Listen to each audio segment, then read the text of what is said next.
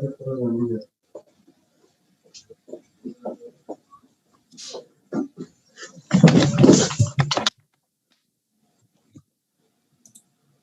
tal, muchachos? ¿Cómo están? Buenos días, profesor. De nuevo.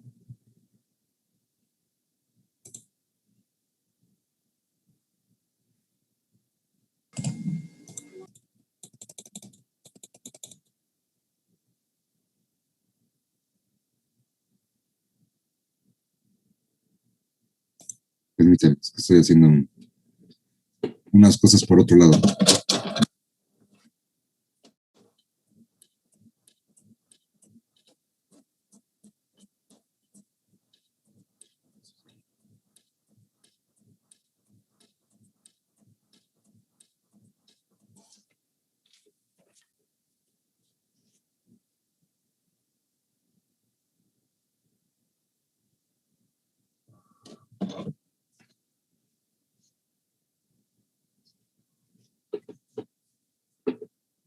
Permítame.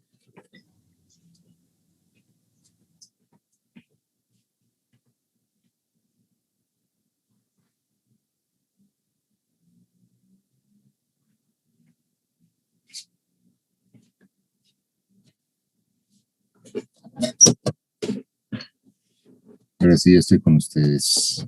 ¿Qué tal? ¿Cómo les ha ido? ¿Qué han hecho? ¿Qué es lo que no han hecho?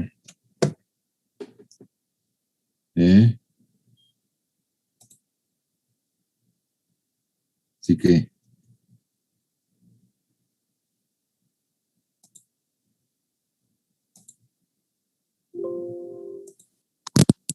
Mucho trabajo en todas las materias. ¿mucho trabajo de qué? Dice, de otras materias. ¿Sí? ¿Dónde están? ¿De esta? No, de esta apenas están empezando. Okay. Acuérdense que se los dije, o sea, es que este iba a ser el parcial donde más van a trabajar. ¿Sí? En el primero casi no trabajaron, y en el tercero tampoco van a trabajar mucho. Pero en este sí, el segundo es el pesado. ¿Sí? Pero que parece que esos compañeros ya se quedaron dormidos y todo. Como los amenacé de que empezamos con el tema pesado. Ahora no quieren conectarse. Sintieron la mala energía, profe. La mala energía, sí, de repente traemos, nos hacemos la mala vibra. Pero no, hay que hacer la buena. Porque mala, pues no más no, porque nos afecta a nosotros mismos, entonces necesitamos hacer la buena. Porque no hay de otra. Bueno, lo último que estuvimos viendo fue todo lo relativo a lo que es la determinación, cómo determinamos, o sea, en base a qué determinamos, o cuáles son las especificaciones para que determinemos el diseño de una pista en cuanto a lo que se refiere a su ancho, a su longitud requerida de acuerdo al avión crítico para determinarlo, el crítico de diseño, y vimos cuál es el procedimiento, cuál es la metodología para aplicar precisamente el método recomendado por LOASI, que es el método de corrección de los tres factores, o de los factores más bien, no dice de los tres factores, dice método de corrección de los factores, ¿sí? Y este método, pues estuvimos viéndolo y es precisamente dado por tres factores con los cuales se corrigen precisamente la longitud básica de carrera a carga máxima de la aeronave, ¿sí? Que se corrige esta por tres factores de manera consecutiva, y donde nos da que el primero es por altitud, ¿sí? El segundo nos lo da que es por temperatura, y la tercera corrección por pendiente longitudinal, ¿sí? teniéndose de cómo se determina y en base a qué se determina presente esta longitud, digo, esta pendiente longitudinal. Así de mismo, estuvimos viendo, lo último que estuvimos viendo aparte de esto, y es por qué tanto que estamos viendo y por qué tanto se hace la referencia a las pistas, o por qué le damos tanto las pistas. Esto se debe a que, como en algunas ocasiones lo han escuchado ustedes, para muchas situaciones, realmente un aeropuerto, un nuevo aeropuerto, o la ampliación de un aeropuerto, en cuanto a pistas se refiere, por lado al aire se refiere, pues realmente se hace desde el aire, del aire para abajo. ¿Por qué? Simple y sencillamente porque, como habíamos mencionado, en el aeropuerto tenemos 3 usuarios.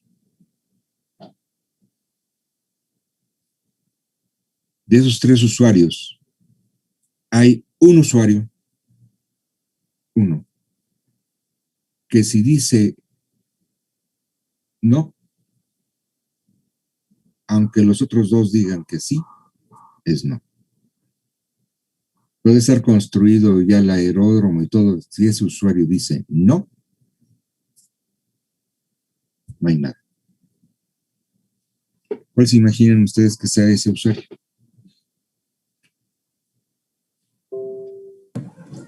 El dueño del... Ah, no, el No lo gobierno. escucho. Puede ser el gobierno. No, dije usuario. El aeropuerto tiene 3 usuarios, Jessica. Acuérdese que lo dimos. ¿Cuáles son los 3 usuarios que tiene un aeropuerto?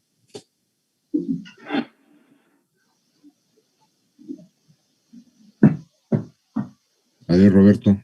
Vale. Los pasajeros, las aeronaves y la mercancía.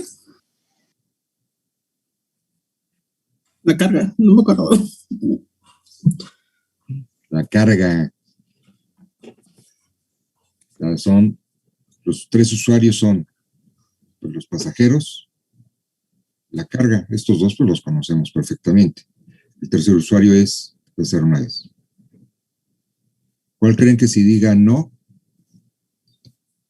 Aunque los otros 2 digan sí. Las aeronaves. Las aeronaves. Las aeronaves es el único. La carga puede decir que diga que sí, las empresas pueden decir que sí. Los usuarios pueden decir, posibles usuarios que serían los pasajeros, podrían decir que sí. Pero si las aeronaves, o sea, los nuevos, o sea, en este caso estamos hablando de los dueños de las empresas o las empresas prestadoras de ese servicio que tienen las aeronaves, dicen no, no hay poder humano que los obligue. Los podrán amenazar con 20,000 cosas, a lo mejor hasta les pueden quitar las concesiones, o sea, porque no se las pueden quitar, pero se las suspenden, se las hacen ahí pesadas, ¿sí? Y si dicen que no, pues no. Y si dicen que no, puede ser por muchas situaciones. ¿Cuáles? Vuelvo a repetirles, los aeropuertos realmente se diseñan, se proyectan desde arriba hacia abajo.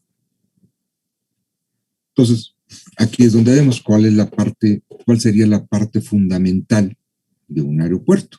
O sea, varias veces lo hemos mencionado, cuando estábamos mencionando algunas cuestiones del tamaño de la superficie de lo que creía la gente que es el aeropuerto, pues les decía que aparentemente, o parecía que ya estaba yo burlando, pero no era una burla, es una realidad. ¿Sí? La parte más significativa, la más grande, donde necesitamos la mayor inversión, no es en los edificios terminales, de pasajeros o de carga, no es ahí. ¿Sí? Esa parte es necesaria porque sí, hay una serie de servicios que se requiere que precisamente 2 de los usuarios se realicen con ellos. ¿Sí? Necesitamos que esa parte, sobre todo para uno de los usuarios, pues tenga un impacto visual. ¿Sí? Pero esta parte que es precisamente donde se les da servicio, vamos a decirlo así, a esos dos usuarios, pues viene siendo su inversión en ella, pues viene siendo máximo el 20%, estoy exagerando, el 20% de toda la inversión que hay que realizar. ¿Sí? Dentro de todo lo que es el propio recinto aeroportuario.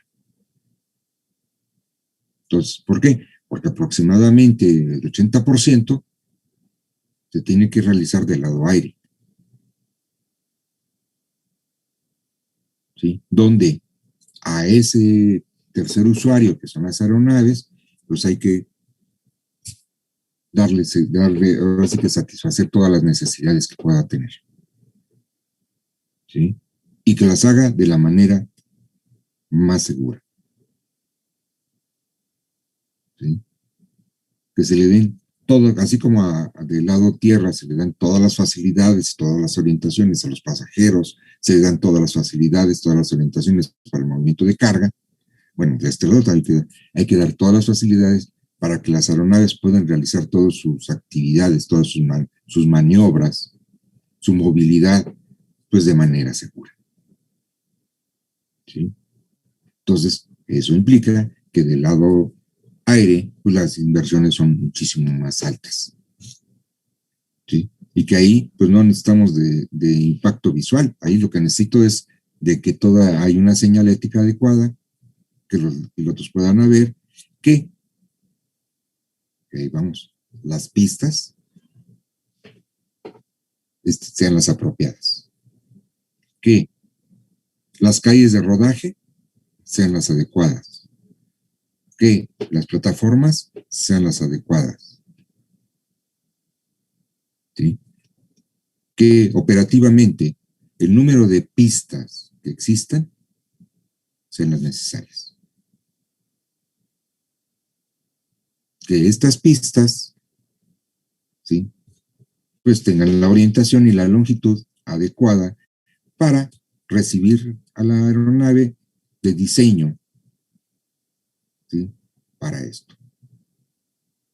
¿Sí? Entonces, por eso hablamos tanto y por eso dentro de lo que es el anexo 14, como se los dije, podían ustedes pensar de que había muchas cosas que estábamos hable de siempre o mencionando muy continuamente de todo lo que son pistas, ¿sí? Pero que había muchas especificaciones que no era como lo demás, no quedamos unas especificaciones generales y órale, arréglatelas. Y que no, aquí estamos hablando, y que sí hasta dividimos, ¿no? Toda la flota aérea internacional la dividimos, le damos una clasificación, ¿sí? Que son varias las clasificaciones que recibe por algunas actividades, algunas cosas, pero para esto del diseño, bueno, le damos una clave, y esa clave es la que empleamos, vemos, de acuerdo al avión crítico de diseño, y esa es la clave que vamos a destinarle precisamente para todo lo que es el diseño. ¿Sí? Y el proyecto del lado aire del aeropuerto, esa es la que le damos. ¿Sí? Y está en función ¿de qué? De todo lo que tenemos que ver. Entonces, pues lo que sí es fundamental es entender de que tenemos que verlo, ahora sí, que todo lo que es relativo a la pista. ¿Sí? Entonces, ahorita, pues sí, ya tenemos la pista, ya la estábamos contemplando, la estuvimos viéndola, y vimos todo lo relativo, volvió a repetirlo, a lo que se refiere al diseño, a la determinación de qué especificaciones, cómo podemos determinar qué especificaciones vamos a tomar para realizar su diseño en cuanto a su ancho y su longitud. Pero, aquí es donde vienen los peros, nos falta determinar, bueno, dos cosas. Uno, ¿qué orientación debe de llevar el emplazamiento de la pista? Y cómo determinar su ubicación, ¿sí?, dentro del propio, de la zona aeroportuaria, o sea, del recinto aeroportuario, cuando ya es un aeropuerto en funcionamiento, o del predio donde esperamos que se localice precisamente el aeropuerto. cuando es una obra nueva. Entonces, ¿qué es lo que necesitamos? ¿Sí? ¿Qué es de lo que se trata a partir de ahorita esta exposición? O sea, ¿qué es lo que necesitamos? Bueno, lo que necesitamos es determinar el emplazamiento de la pista. ¿Sí? O sea, ¿qué requerimos para determinar cómo da el emplazamiento? Entonces, lo primero que necesitamos es cómo orientamos, cómo se determina la orientación del emplazamiento de la pista. ¿Sí? Esta orientación del emplazamiento de la pista lo damos en función a los factores meteorológicos que están imperantes, tanto en el sitio, que es donde nos interesa, como en la zona. ¿Sí? O sea, porque no más van a ser de sitios, sino vamos a ver que posteriormente necesitamos de la zona. Pero nosotros, para poder hacerlo todo eso, vamos al sitio. La orientación de estos datos, estos factores meteorológicos, los que vamos a utilizar para dar la orientación, ¿sí?, de este emplazamiento, es precisamente pues, los datos eólicos. Hacemos un estudio eólico, o sea, un estudio de viento, de vientos, ¿sí? Para poderlo realizar, pues necesitamos conocer datos históricos, o necesitamos la recabación de datos históricos. ¿Sí? Estos datos históricos, su recabación, se le llama histogramas. Histograma, entonces, necesitamos histogramas de datos, ¿sí?, de vientos, principalmente. O sea, vamos a ver cómo se recolecta, pero necesitamos los datos, y lo que nos interesa ahorita son los datos de las incidencias de los vientos en el sitio, en la zona.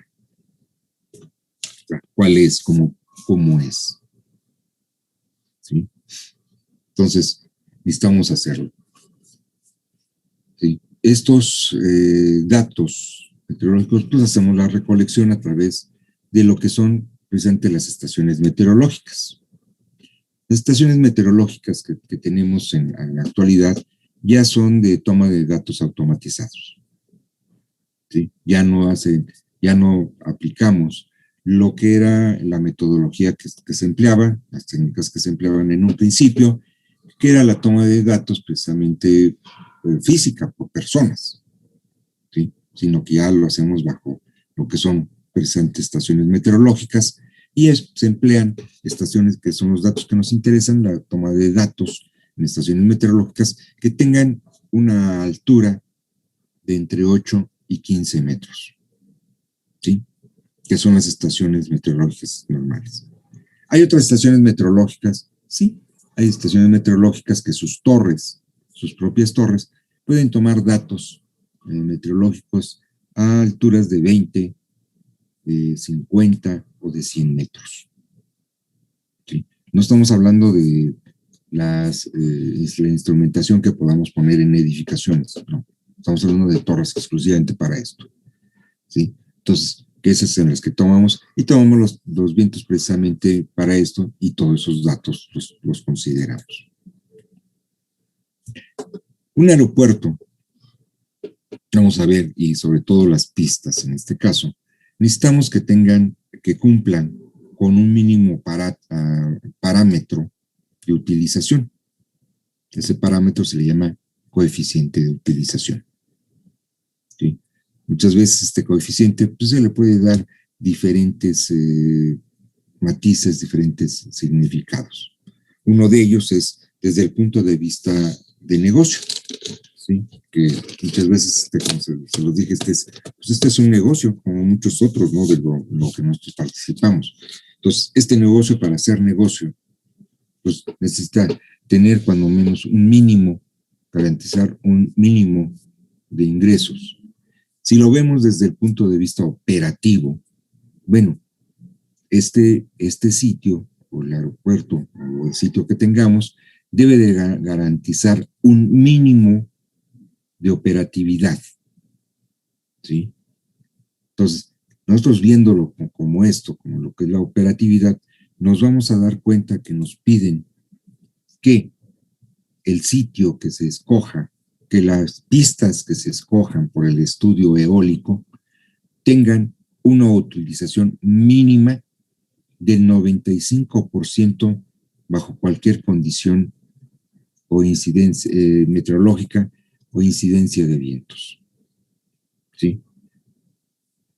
Si no lo tiene, pues hay que buscar la manera, que es lo que presente lo que se trata toda esta parte, cómo efectuamos ese estudio. ¿Sí? Entonces, el factor de utilización, ¿sí?, que se considera es que sea mínimo el 95%, lo cual significaría que el lado aire, la pista, o sea, que se tenga, o las pistas que se tengan en base a la orientación que se le determine, deben de garantizar que sean utilizables cuando menos el 95% del tiempo. ¿Sí? Entonces, eso es a lo que se refiere. Si una pista no lo puede garantizar ese 95% de utilización, bueno, tendremos que buscar una pista complementaria. ¿Sí? A esa pista complementaria, bueno, si tampoco con una segunda pista podemos complementar que se cumple el 95%, entonces nos iríamos a una tercera pista, ¿sí?, con la cual se garantizaría de que la utilización del aeropuerto pues sea mayor al 95%, porque eso es lo que va a ocurrir. O sea, primero tenemos que no llegamos al 95%, sin embargo, cuando determinamos la segunda pista complementaria, ¿sí?, pues garantizamos que la utilización sea arriba del 95%. ¿Sí? Entonces, que eso es lo que vamos a ver cómo lo determinamos, ¿sí?, para poder hacer esto. Esa es la cuestión presente de lo que tenemos. Ahora, su ubicación. ¿Cómo hacemos su localización del emplazamiento de la pista? ¿Sí? ¿Cómo lo determinamos? Bueno, la localización del emplazamiento de la pista se determina considerando las características topográficas del sitio, la localización de obstáculos, o sea, es las características topográficas del sitio y sus alrededores, y lo que es la localización de obstáculos. ¿Sí?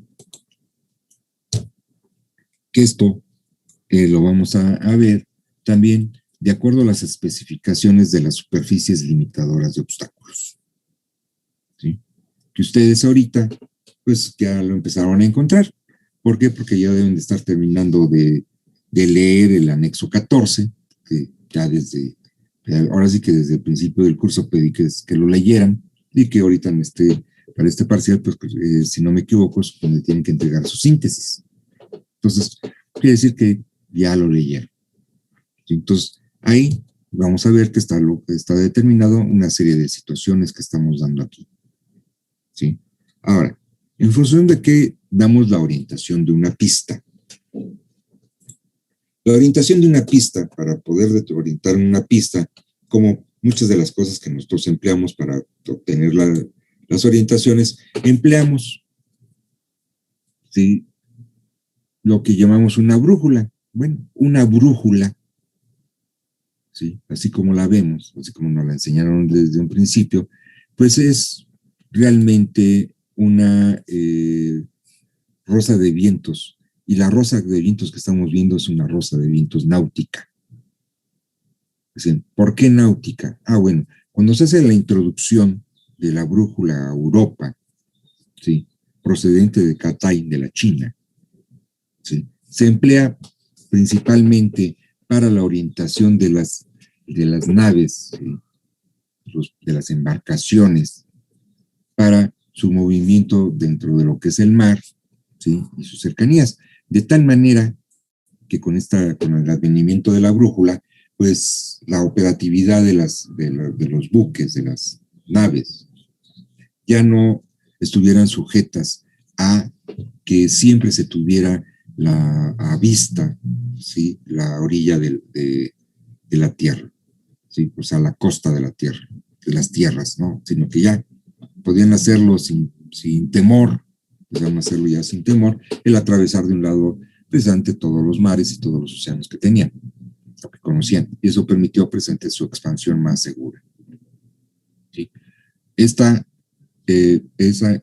fue la cuestión. Entonces fue para lo que eso, y permitió que el trazo de los mapas presentes de las costas fueran de una manera más exacta, o sea, se desarrollara de una mejor manera la cartografía. ¿Tenemos otro tipo de rosas de viento? Sí, tenemos unas que llamamos azimutales, ¿sí?, o por grados de derrota azimutal o grados a la derecha, ¿sí? La rosa de vientos, todas las rosas de vientos, se orientan de acuerdo a lo que llamamos, desde hace tiempo, llamamos el norte, y le decimos que es el norte verdadero, para orientarnos bien. En caso de las brújulas, pues se orientan de acuerdo al norte magnético, ¿sí? Entonces, aquí estamos viendo presente lo que es la rosa de vientos náutica, que también se le conoce como rosa cardinal. ¿Por qué? Porque nos marca lo que a partir de más o menos del siglo XVII, XVIII, ¿sí?, se le dio precisamente nombrarse a los diferentes puntos.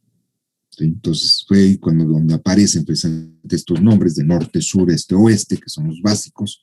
¿Por qué? Porque antes pues, no los vamos a encontrar que se le denominar así, que muchas veces son los problemas, ¿no?, de los historiadores o la gente que da por un hecho que toda la vida se han llamado igual, y no es cierto. Se han llamado de diferentes maneras. Entonces, aquí los tenemos. Entonces, esta es la rosa precisamente náutica. La rosa azimutal, de vientos azimutal, pues la tenemos, y esta es la que tenemos. Como les dije, se le llama también de grados diestros a la derecha, ¿sí?, que nosotros ya estamos acostumbrados a eso, y que precisamente el cero, que no existe el cero, es 360, está hacia el norte, ¿sí?, totalmente, y es de ahí a la derecha como se empieza a tomar los grados. ¿Existen otro tipo de rosas? Sí, existen otras, ¿sí? Existe precisamente la centesimal, donde considera dividido precisamente la cuenta con 400 puntos, ¿sí?, 100 puntos en cada uno de los cuadrantes, ¿sí?, que se emplea para otras cosas, no para esto, ¿sí? Entonces, aquí lo tenemos. Entonces, tenemos estas dos. Ahora, refiriéndonos a los vientos, ¿sí?, porque estamos hablando de vientos, ¿sí? Los vientos tienen, o se les da una clasificación, ¿sí? Se les da una clasificación. Esta clasificación, pues, se toma la clasificación que le dio precisamente Beaufort, ¿sí?, cómo se clasificaron los vientos. La clasificación de Beaufort, aquí se la estoy mostrando que va del 0 al 12, realmente es mucho más amplia, ¿sí? Pero esto es para que veamos a cada, ahora sí que a cada nivel que le está dando, se le dio un nombre, ¿sí? Y algunos sí, por eso por lo que luego no mucho lo mencionan, o sea, estos nombres, pero por la forma en que los tienen. Por ejemplo, a 0, pues la escala de 0, nos dice que es calma. El 1 sería una ventolina. Si lo vemos así del lado izquierdo, nos empezamos a reír por los nombres que tiene, ¿sí? Mejor tomamos los que están entre paréntesis. El 2 sería una brisa débil, el 3 sería una brisa ligera, una brisa moderada, una brisa fresca, una brisa fuerte, un viento duro, un viento muy duro, un temporal, una borrasca, y en el 12 ya empieza a hablarnos de los huracanes, ¿sí? La cuestión está que, por ejemplo, los huracanes sí tienen otra clasificación. Con Beaufort tienen a partir de una, pero ya después no lo tenemos. Lo que son las borrascas, el temporal, ¿sí? Sobre todo en esa parte es donde tenemos lo que llamamos las tormentas tropicales, ¿sí? ¿Cuáles son los vientos? Bueno, los vientos, desde el punto de vista náutico, que es lo que estamos viendo al principio, y fue como se dio la escala de Beaufort originalmente, pues se dan en nudos, ¿sí? Se daban, ahora sí que en el sistema, en ese momento se le llamaba el sistema inglés, el sistema imperial, ¿sí? Estamos hablando del siglo, cuando todo esto era muy, muy importante. Pero también se hicieron las conversiones a kilómetros por hora, ¿sí? Estas conversiones son aproximadas.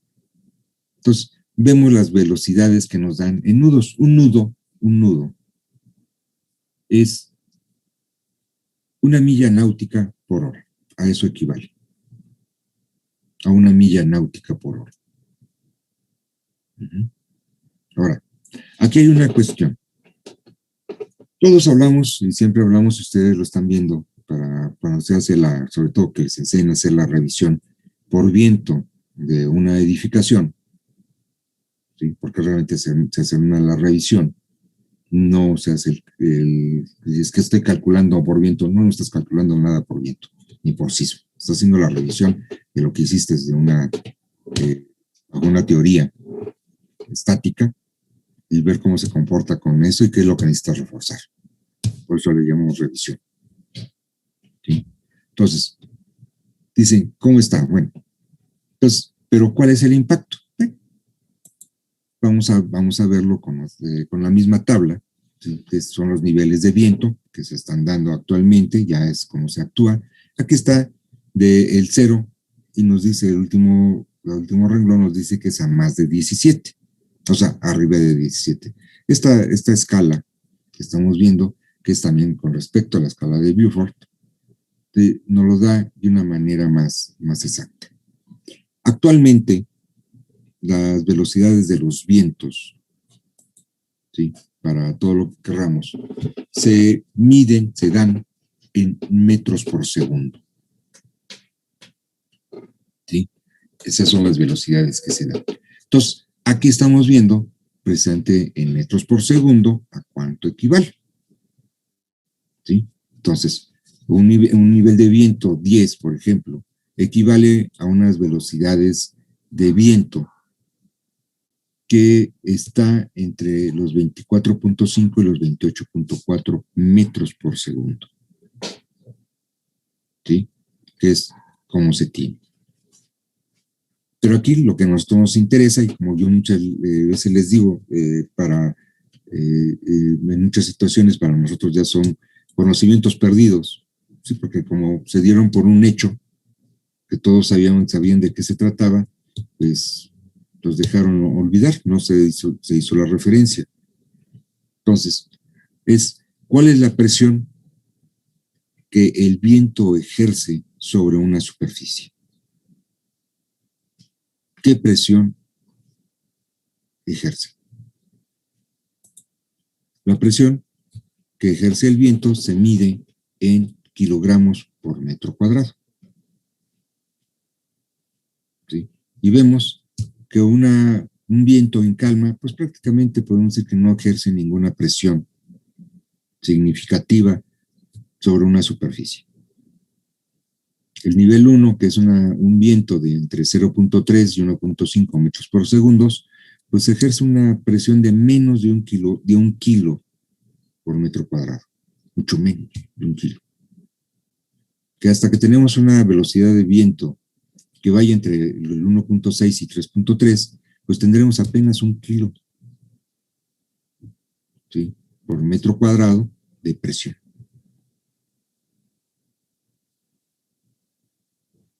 Dicen, ¿a poco? Sí. Esta tabla que les estoy mostrando, ¿sí? Parece mentira, pero aquí en México también tiene una serie de cuestiones y los ingenieros tenemos una serie de situaciones. Esta tabla es la preocupabilidad precisamente que se tiene, sobre todo por los países asiáticos. Sí, actualmente quienes están dedicándose a hacer todas estas investigaciones y no hacer supuestos en el vacío, son precisamente Japón y China. Japón, ¿por qué?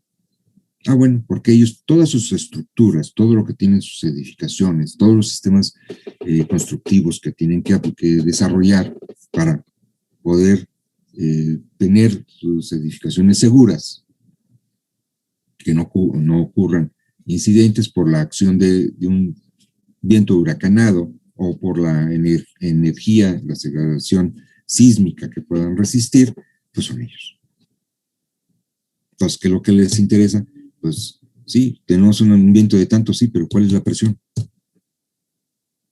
Entonces, ellos se han dedicado precisamente a determinar todo esto, a redeterminarlo, a redescubrir cuál es la presión que se está ejerciendo. ¿Sí? Y cómo actúa la aceleración sísmica que puede actuar sobre una estructura, cómo la puede afectar.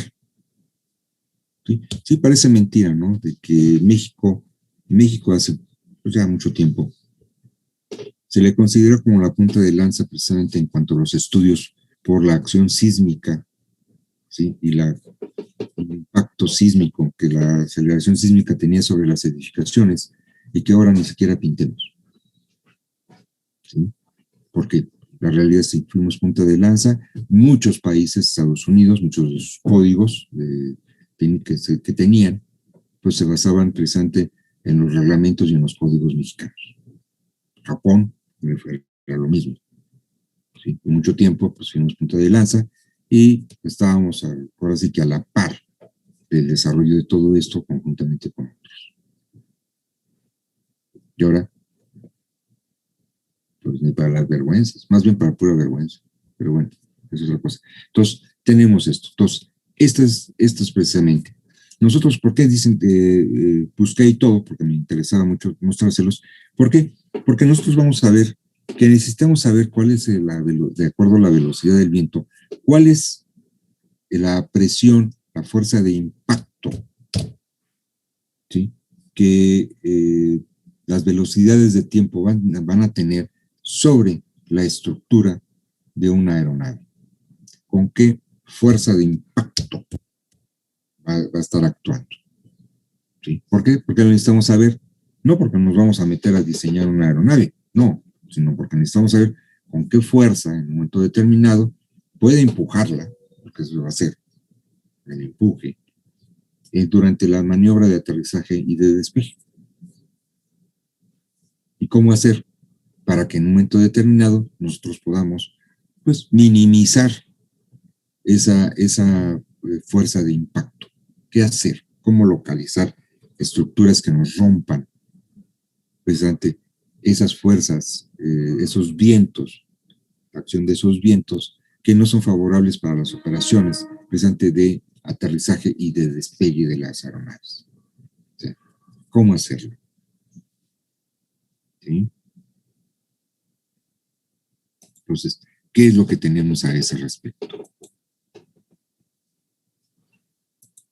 ¿Ok?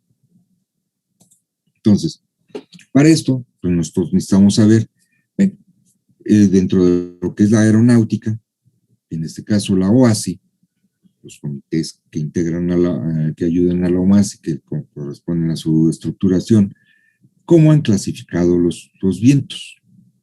Bueno, los vientos por parte de la OASI los ha dividido en 4 grupos.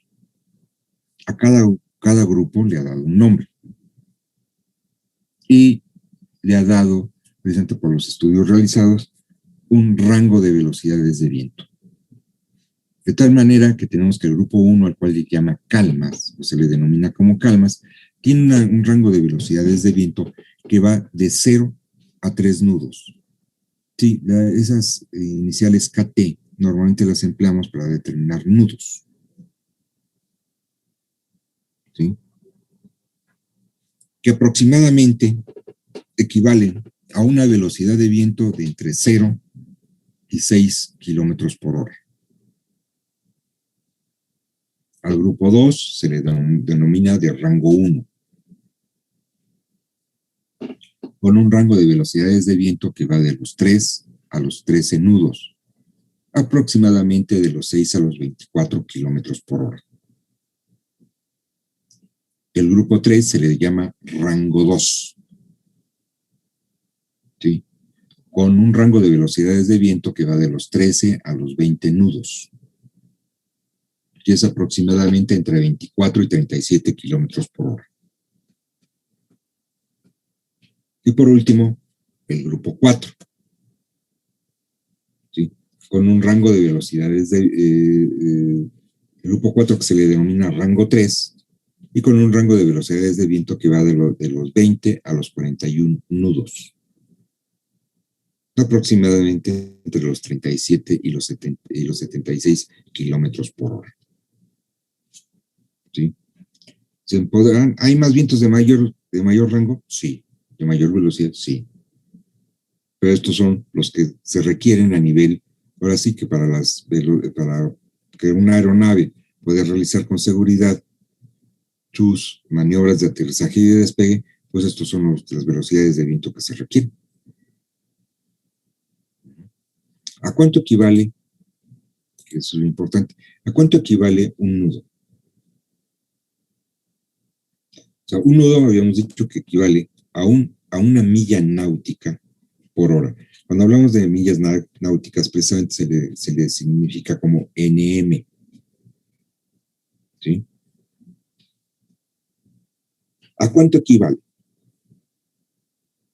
Un nudo equivale a 1.1507 millas por hora. Oye, no estamos hablando de millas náuticas, ¿no es lo mismo? No. Cuando ponemos nada más la M, cuando aparece nada más la M, nos estamos refiriendo a millas terrestres. La longitud de una milla terrestre y una milla náutica son diferentes. ¿Sí? Entonces, a eso. Entonces, y también tendremos que va a ser igual a 1.852 kilómetros por hora. Que van a ser igual a 0.5144 metros por segundo. ¿Sí? Estas son las unidades, la equivalencia de lo que es un nudo en diferentes unidades de medida.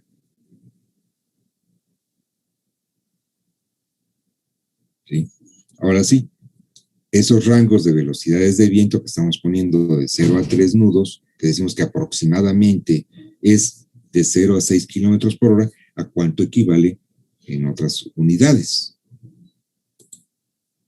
Entonces, vemos que esos rangos de velocidades, cuando queremos ser más exactos, vemos que ese rango de 0 a 3 nudos, pues equivale a velocidades de 0 a 5.556 kilómetros por hora. Ahí es donde vemos por qué ponemos aproximadamente los 6, porque estamos aproximándolo para cerrar las unidades. ¿Sí?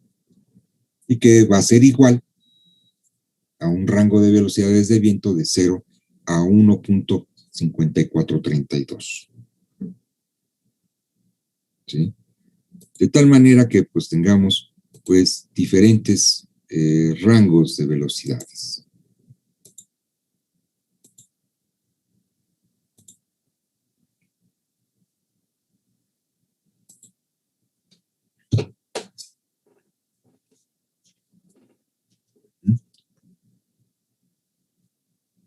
Hay una cosa, es vaciado. ¿Sí? ¿Qué, profe?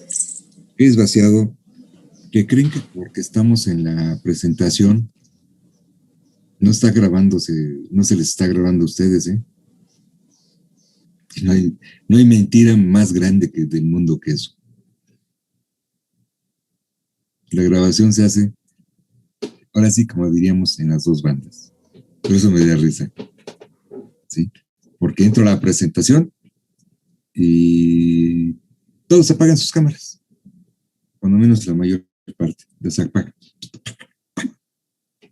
No pasa Es que nada. a veces falla el internet, profe, y teniendo Sí, la no, cámara hay algunas se te personas, no, traba un poco. yo lo entiendo, Jessica, no, o sea, no lo digo. Hay gente que sí, lo sabemos, inclusive, acuérdense que aquí conmigo cuántas veces, al principio, cuántas veces no tuvimos problemas con el internet y les pedía yo disculpa, ¿no? De que inclusive me sacaba a mí, ustedes se quedaban en la sesión y a mí me sacaban, ¿sí? Porque era el presente de la cuestión del internet, ¿sí?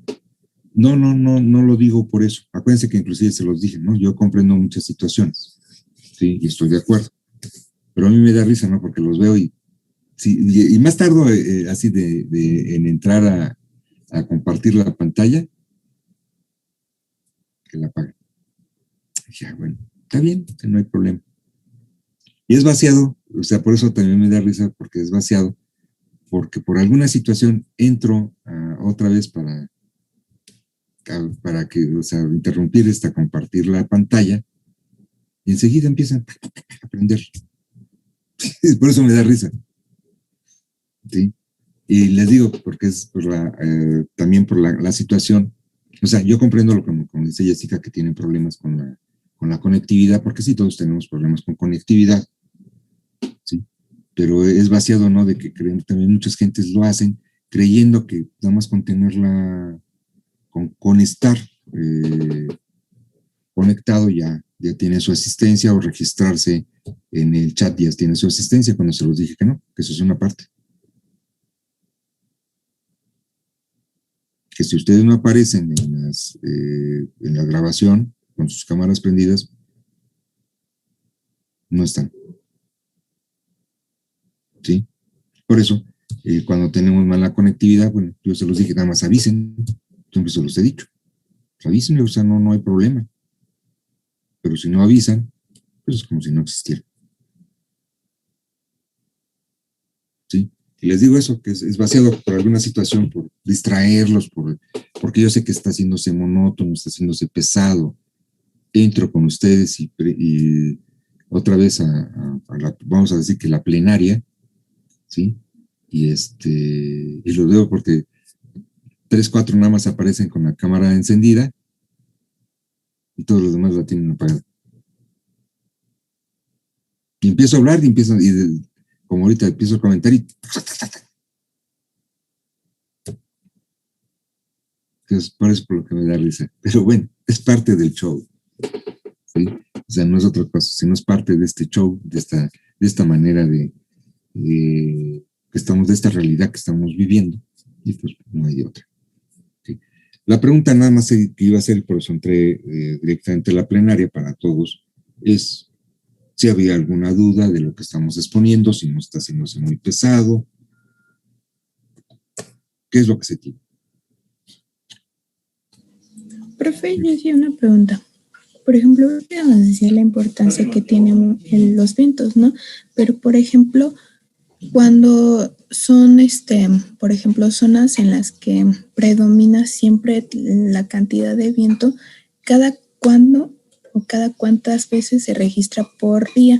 Porque se supone que puede variar, ¿no? Porque, por ejemplo, pueden estar, no sé, a 30 kilómetros por hora, no sé, por ejemplo, y luego pasa a 60. Bueno, a ese respecto, porque ese te puede también entrar aquí. ¿Qué es lo que teníamos? Cuando la toma de datos se hacía, y que tenemos en algunos países que todavía se tiene, por eso todavía está vigente esa especificación internacional, que son, vamos a decirlo de acuerdo con lo que marcan ustedes, esa norma, ¿sí? Que más bien es un estándar, es estándar internacional. Nos marca de manera manual, ¿sí? Cuando se empezó todo esto de la toma de datos para la cuestión meteorológica, ¿sí? Que ya tenemos más de 200 años con la toma ahora sí de llevar un registro de todos estos datos, nos dice esa norma que debe de tomarse cuando menos 8 lecturas al día en intervalos de tiempo igual, o sea, equidistantes, que es como lo llamamos nosotros, y todos los días a la misma hora. ¿Sí? ¿Qué es lo que tenía esto? estamos hablando de un alto porcentaje de incertidumbre por el factor humano. ¿Sí? ¿Por qué? Porque no lo tomaba a la misma hora, se lo olvidaba, le daba prioridad a otras actividades, en fin. Y lo que se tenía, que era, desde hace tiempo, que les comentaba yo a algunos, pues nos daba la risa, ¿no? De que el servicio meteorológico, los servicios meteorológicos a nivel mundial, no nada más en mexicano, sino a nivel mundial, pues empezaron a dar el pronóstico del tiempo, así se llamaba, que hasta la fecha. Ustedes lo ven que hablamos del pronóstico del tiempo. Y nos decían, va a ser un día soleado, va a ser un día con tales características.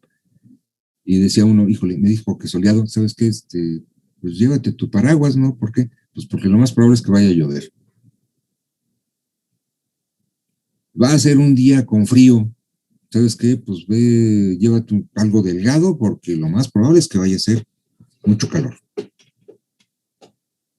¿Sí? O sea, era otro, o sea, era un pronóstico del tiempo del cual pues nos reíamos, ¿sí?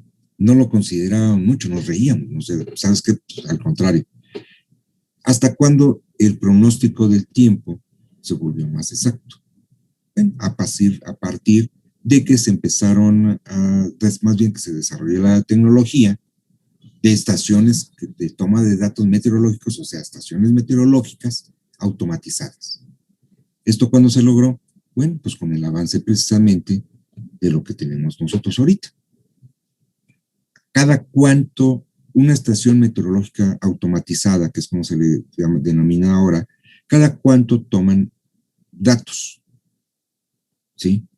Y toman un chorro de datos, o sea, o hay algunas que las ponen especializadas. ¿Cada cuánto? Bueno, tenemos estaciones meteorológicas que nos pueden reportar la toma de datos cada minuto, cada 5 minutos, cada 10 minutos, cada 15 minutos, cada 30 minutos, cada hora, ¿sí? Cada 6 horas, cada 8 horas, cada 12 horas, cada 24 horas. O sea, de acuerdo a la calibración que se le haga, de acuerdo al programa, ¿sí? Al software, como le dicen, el programa que se le ponga, o sea, cómo se haga la toma de datos. Nosotros aquí, el Servicio Meteorológico Nacional, ¿sí? Que ya tenía muchos, ahora sí que varios sexenios, estoy hablando de 3 sexenios, 4 sexenios, que quería automatizar precisamente toda la red de estaciones meteorológicas, pues lo pudo hacer hasta el sexenio pasado, donde se le dio una gran inversión y se sustituyeron todas las estaciones, las que quedaban, toma de datos físicos, se sustituyeron precisamente por estaciones meteorológicas automatizadas y se incrementó. Y también se dio presupuesto en este aspecto a algunos estados de la República para que tuvieran sus estaciones meteorológicas. También tenemos aquí en la República Mexicana que algunas universidades del interior de la República tienen estaciones meteorológicas para investigación. Entonces, la red de toma de datos meteorológicos a nivel nacional, pues sí está bastante profusa, pues bastante amplia. ¿Sí le contesté su pregunta a Jessy? ¿Sí? ¿A cada cuánto tomamos los datos? ¿Sí? Nosotros ahorita lo vamos a ver. Bueno, no ahorita. Yo creo que el lunes vemos esa parte y ya para que empiecen a trabajar, que van a empezar a trabajar.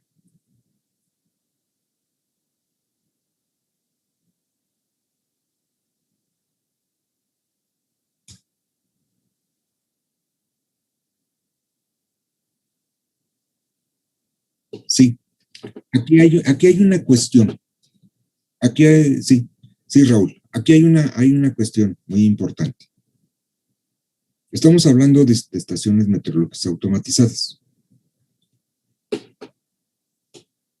En todos los países del mundo, toda la humanidad es igual. En algunos países es más asentado. ¿A qué me refiero? A la ignorancia de sus pobladores. ¿Por qué me refiero a esto? Mucha gente, estaciones meteorológicas, pues su suministro de energía no es un suministro de energía fijo. O sea, no es por cables. Es por un sistema de baterías de recarga solar. La gente cuando los ve estos y dice, porque así dicen las cajas donde están contenidas, que son baterías, ¿sí? Acumuladores, creen que les va a servir para echar a andar sus vehículos. Sí, Antonio, eso es lo que piensan. Por eso los dije, estoy hablando de la ignorancia, por eso se los dije bien, la ignorancia de la gente. ¿Se la roban, profe, o qué? Se la roban. ¿Sí? Y luego creen que el tendido eléctrico sigue pensando que es cable de cobre, cuando ya no estamos empleando cobre. Pues de hecho, para que ya no se roben el cable, ya les ponen ahí mismo, ¿no? Un letrerito, por así decirlo, que dice, no es cobre, es fibra eléctrica. Exactamente. Fibra óptica. Y pasó con la fibra óptica, se empezó a emplear la fibra óptica y volvió a lo mismo, la ignorancia de todos. Pensaron de que la podían emplear para otras cosas. Y no. Ahorita inclusive ustedes van a ponerles a sustituir toda su red de telefónica y la de internet y están metiendo fibra óptica. ¿Y qué les dice la persona que llega, el técnico que llega? Y llega con unos cables enormes, de longitud enorme. Y dice, oye, ¿por qué dejas tanto cable? ¿Por qué no le cortas?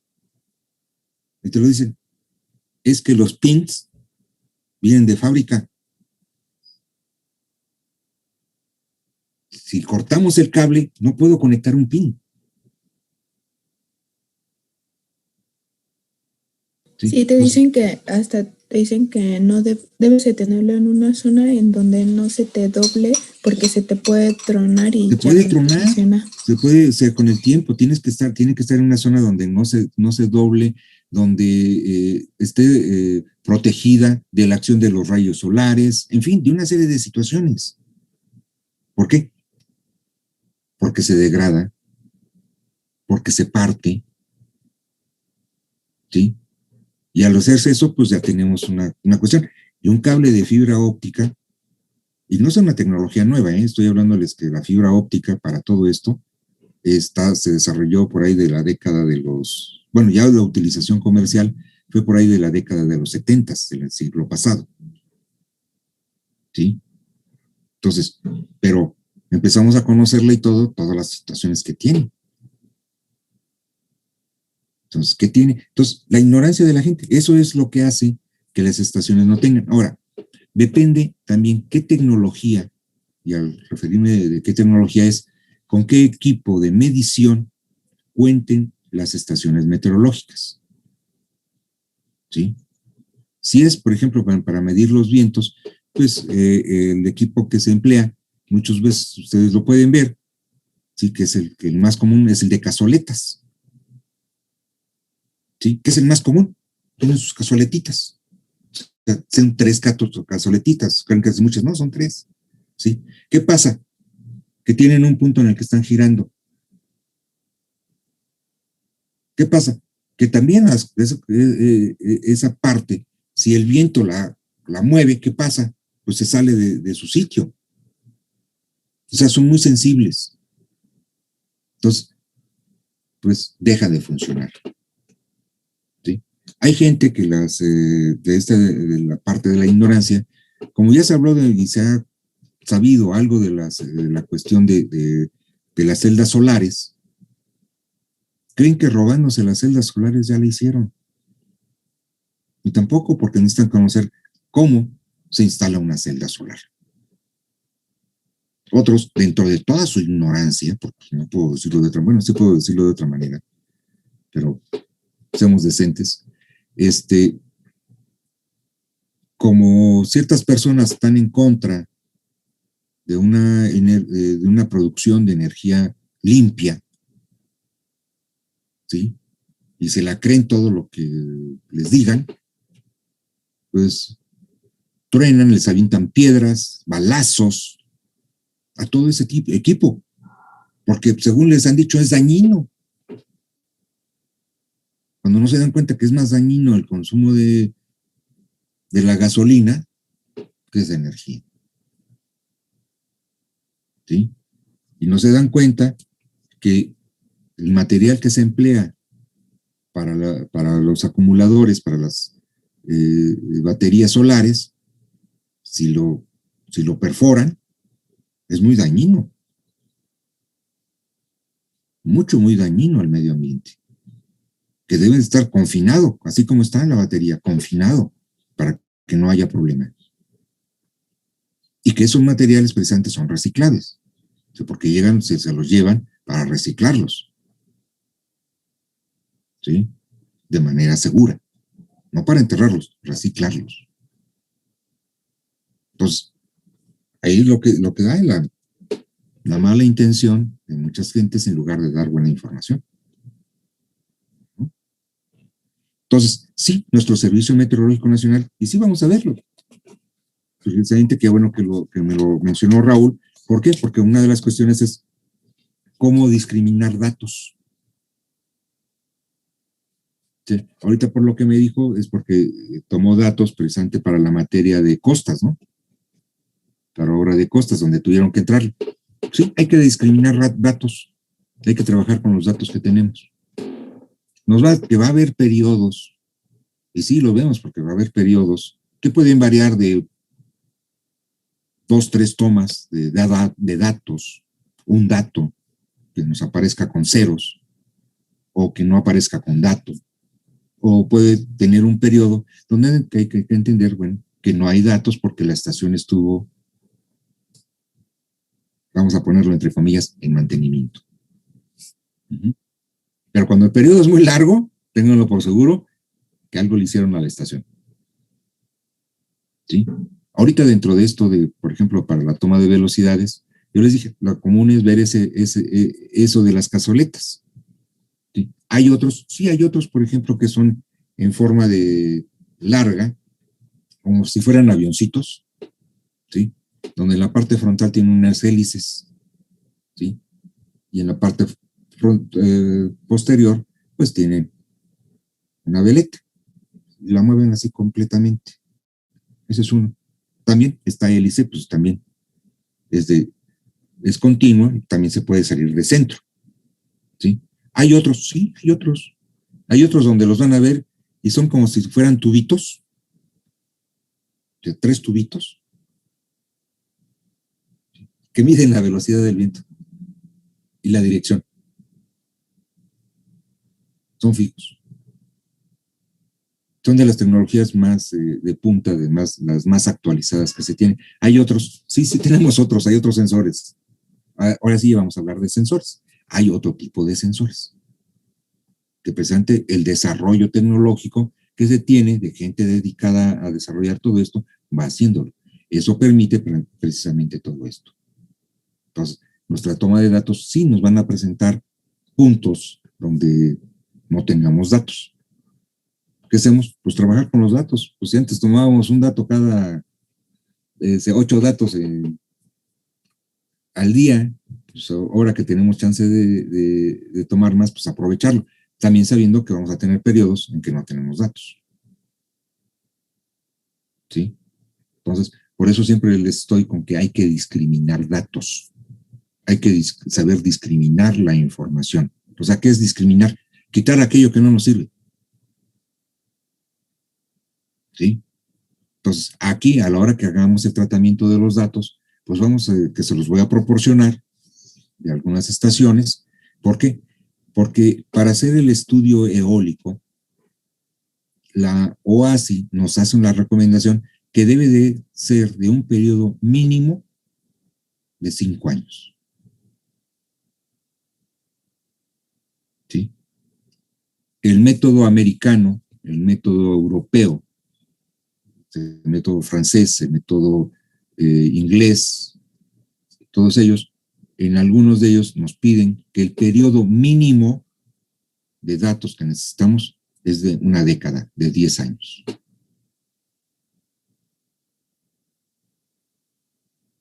¿Sí? Ustedes ahorita, bueno, ya deben de estar haciendo la traducción precisamente de uno de los documentos de la FAA, ¿sí? Del primero, que es el de diseño de aeródromos. Bueno, ahí viene precisamente también todo el estudio de esto, y nos marca que para ellos necesitan un periodo mínimo de 10 años.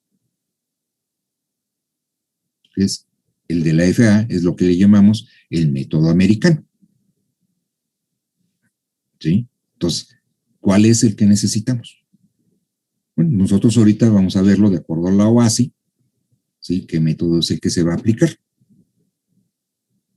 Entonces, vamos a poder seguir compartiendo para que sigamos avanzando en esto y que les diga qué es lo que necesitamos, porque en el caso de ustedes lo necesitan para el lunes. ¿Para el lunes? Sí. Soy malo. ¿Sí? Entonces, ¿qué es lo que necesitamos? Bueno, tenemos que entender, dejen que también mi tecnología quiera jalar, porque luego se pone de rejega. Bueno, los datos, fíjense bien, todos los datos que tenemos, todos estos datos, nosotros podemos, de una manera fácil, sin saber su intensidad, fíjense bien, sin saber su intensidad, más su dirección, podemos graficarlos. ¿En qué los graficamos? Bueno, en algo que llamamos heliógrafo, un heliógrafo. ¿Sí? Estos heliógrafos, pues nosotros podemos tenerlo de dos maneras, uno de 16 sectores o uno de 36 sectores. ¿Sí? Este es el de 16. El de 16 va relacionado directamente con lo que es precisamente los puntos cardinales. Cuando la dirección que tenemos de los vientos, pues los damos por direcciones cardinales. ¿Sí? Esos círculos concéntricos que ustedes están viendo aquí, pues pueden significar dos cosas. Uno, porcentajes o número de incidencias, número de eventos. ¿Sí? El otro es el heliógrafo de 36 sectores. Como ven, los sectores que aquí en este tenemos, pues son sectores más pequeños. En el primero, cada sector que da hacia las direcciones cardinales tienen una apertura angular de 22.5 grados. Entonces, realmente es muy amplio, ¿eh? En el segundo, estamos hablando de sectores de 10 grados. Entonces, tiene una mayor exactitud. ¿Sí? Entonces, aquí esto, vuelvo a repetirles, aquí es nada más el registro de hacia dónde van los vientos. O sea, cuál es la dirección que tiene, no su intensidad. ¿Sí? Totalmente. Entonces, estos son los heliógrafos, son los que mucha gente, también hay gente que considera que estas sean las rosas de viento. No, estas no son las rosas de viento. Son heliógrafos, nada más nos sirven para eso. ¿Sí? En algunos trabajos, precisamente de aquí de aeropuertos, pues se los ponen y todos creen que con esto ya lograron determinar la dirección del emplazamiento de una pista. Lo siento decirles que no. No, no es cierto. ¿Por qué? Porque estamos viendo que OASI, igual que todas las metodologías, pues las intensidades de las velocidades de viento nos lo divide en rangos. ¿Sí? La OASI, el método recomendado por la OASI, pues estos velocidades de viento nos lo divide en 4 grupos. ¿Sí? El método americano, varios de los métodos que hay que tenemos de otros países, ¿sí? Sí, que dan por sentado algunas cosas, pues toman en consideración, por ejemplo, la escala de Beaufort. Por eso mencioné la escala de Buford al principio, porque hay métodos que se basan en nuestra escala de Buford. ¿Sí? ¿Y cuántos tiempos? ¿Cuál es la rosa de viento que empleamos? Bueno, tenemos la que es recomendada de acuerdo al método recomendado por l'OASI, que es precisamente de 16 sectores o cardinal. ¿Sí? Esa rosa de vientos que la vemos, o sea, para la presentación la coloreamos y todo, ¿sí? Entonces, es de esta naturaleza. ¿Sí? Está dividida en 16 sectores, donde cada sector tiene una apertura angular, como estaba diciendo, de 22.5 grados. ¿Qué son esos círculos concéntricos? Bueno, esos círculos concéntricos están en relación a los rangos de velocidades de viento. Estas rosas de viento, para todos y en todas las metodologías, se trazan a escala. ¿Qué escala? Escala 1 a 1. ¿Sí? Donde una unidad de dibujo es igual a una unidad de intensidad de viento, de velocidad de viento.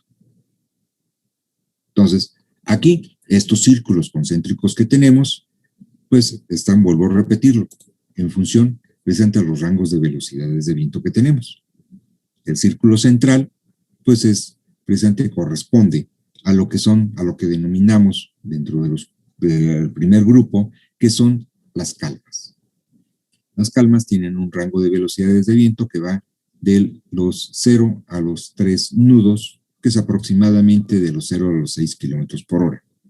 El siguiente círculo, el amarillo, corresponde al rango 1, que es donde tenemos intensidades de viento que van de los 3 a los 13 nudos, aproximadamente de los 6 a los 24 kilómetros por hora. El sector rojo pertenece presente al rango 2, con rango de velocidades de viento que va de los 13 a los 20 nudos, ¿sí? Aproximadamente de los 24 a los 37 kilómetros por hora. Y el sector verde corresponde al rango 3, que tiene un rango de velocidades de viento que va de los 20 a los 41 nudos, aproximadamente entre los 37 y los 76 kilómetros por hora. La otra que tendríamos, pues sería la de 36 sectores, que es una variante del método recomendado por la OASI. ¿Sí? Que lo vamos a ver de esta manera. ¿Sí? Los círculos concéntricos siguen correspondiendo precisamente a los rangos de velocidad. ¿Sí? El otro que tenemos, que es uno de los que he estado mencionándoles, es precisamente el método americano. ¿Sí? Ahorita vamos a ver cómo se traza la rosa de vientos de 16 sectores. Aquí está. Esta es la que necesitan trazar ustedes y la necesitan trazar en AutoCAD. ¿Sí? Para que se les haga, que tengan facilidades, y además es donde van a hacer varias de las cosas que vamos a requerir, pues va a ser en el AutoCAD. Entonces, ahí sí se tienen que ustedes poner de acuerdo, porque hay algunos que tienen facilidad, tienen una serie de situaciones. Entonces, en equipo, pues van a tener que trabajar todo esto. Aquí sí es donde ya se empieza a trabajar más fuerte. Si están trabajando el equipo, bueno, pues aquí es donde van a trabajar más fuerte. Entonces, ¿cómo se traza? Bueno, el círculo central, si se dan cuenta, no está dividido, es un círculo completo, ¿sí? No está en sectores, que corresponde a las calmas. Tiene un radio de 6 unidades de dibujo. ¿Por qué 6? Porque las velocidades de viento en kilómetros por hora su rango es de 0 a 6 kilómetros por hora. Entonces, necesitamos trazarlo con 6 unidades de dibujo. O sea, una unidad de dibujo va a ser igual a 1 kilómetro por hora. ¿Sí? Si las velocidades, fíjense bien, si las velocidades no las tuviéramos en nudos, también se trazaría esta rosa a escala, 1 a 1, donde una unidad de dibujo sería igual a un nudo. ¿Sí? Entonces, si el rango de velocidades de calma es de 0 a 3 nudos, bueno, pues el radio sería de 3 unidades de dibujo. Entonces, siempre vamos a emplear eso. ¿Ok? Entonces, aquí, pues nosotros vamos a trabajar en kilómetros por hora. Entonces, el círculo central tendrá un radio de 6 unidades. El siguiente círculo, el que está en amarillo, que corresponde al rango 1, tendrá un radio de 24 unidades. ¿Sí? Acordándonos que el rango de velocidades de viento del rango 1 es de 6 a 24 kilómetros por hora. El rojo tendrá un radio de 37 unidades. ¿Sí? ¿Por qué? Porque el rango 2 tiene un rango de velocidades de viento que va de los 24 a los 37 kilómetros por hora. Y el círculo verde corresponde, o sea, el sector verde corresponde al rango 3. ¿Sí? Tendrá un radio de 76 unidades. ¿Por qué? Porque el rango de velocidades de viento es de 37 a 76 kilómetros por hora. ¿Sí? Ya el radio de donde vayan, estén marcadas presente las direcciones cardinales, y el radio donde están marcados los grados diestros, grados a la derecha, o de rotas azimutales, ¿sí? Pues se los dejo a su discreción, a cuánto quieren, qué radio le quieran dar. ¿Sí? Que sus unidades, aquí es como deben de ser, con sectores precisamente de 22.5 grados. Tomándose, dense cuenta que estamos dejando el sector está centrado en la dirección cardinal. ¿Sí? Si partimos del norte, o sea, de los 0 grados o de los 360 grados azimutales, pues se hace una apertura hacia cada lado de 11.25 grados. ¿Sí? O aprovechamos y le damos por ahí en el AutoCAD el divide, el comando de divide, con ¿cuántos? 16. Y ya una vez que lo tengamos, pues lo giramos, ¿sí? Para que nos queden los sectores divididos, o sea, donde corresponde. ¿Sí? Eso es maña. Si lo vemos para la rosa de vientos de 36 sectores, ¿sí? Pues lo veríamos de esta manera. ¿Sí? El trazo de los círculos concéntricos es igual. Lo que nos cambia es cuántos sectores tenemos. Aquí todos los sectores tienen una apertura angular de 10 grados. Y si dan cuenta, los círculos externos se cambian. Primero, en la parte interna entraría precisamente lo que serían los sectores azimutales, o de grados a la derecha, y afuera tendríamos precisamente los cardinales. ¿Sí? Que es algo que no se ha quitado, o sea, necesitamos las dos referencias. ¿Sí? Les decía, el otro procedimiento que tenemos, pues corresponde precisamente al método americano. ¿Cómo es esta rosa del método americano? El método americano siempre emplea los 36 sectores. ¿Sí? Pero ¿cómo van sus círculos? Bueno, son así. ¿Sí? Así está.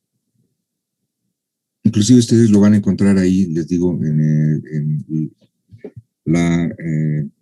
el documento que necesitan traducir. Bueno, pues así están. Aquí está colocados en colores.